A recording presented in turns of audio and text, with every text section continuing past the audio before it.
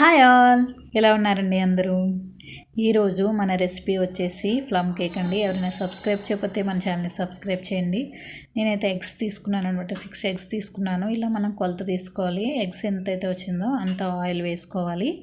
అలాగే అంతే పంచదార కూడా వేసుకోవాలి. ఈ మూడిటిని బాగా గ్రైండ్ చేసేస్తే చూసారా ఎంత స్మూత్గా వచ్చింది.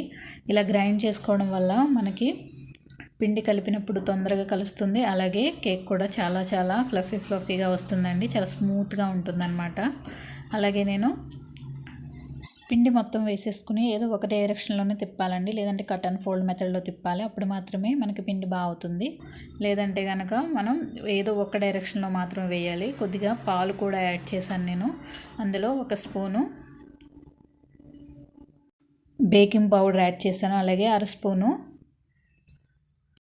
బేకింగ్ సోడా యాడ్ చేశానండి. అలాగే వెనిలా ఎసెన్స్ కూడా వేసుకుని మొత్తం ఒకసారి కలిపేసాను. కన్సిస్టెన్సీ అనేది ఇలా ఉండాలండి. ఒకవేళ మనకి కన్సిస్టెన్సీ అనేది ఇలా లేకపోతే కనుక మనం ఇంకొంచెం పాలు వేసుకుని ఇలా రిబ్బన్ కన్సిస్టెన్సీ అంటారు అలా వచ్చే వరకు కూడా మనం ఈ బ్యాటర్ని అనేది తిప్పుకోవాలి. అలాగే మనం పేపర్ పెట్టేసుకుని దానికి ఆయిల్ రాసేసుకుందామండి. చూసారా ఎలా బౌల్ దోస్ వచ్చాయో?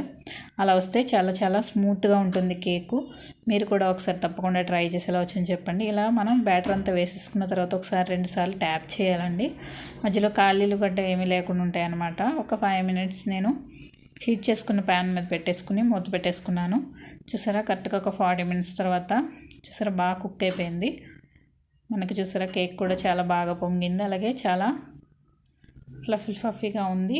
అంతేకాకుండా నొక్కితే చూసారా ఎంత మెత్తగా ఉందో. చాలా బాగా వచ్చిందండి కేక్ మాత్రం.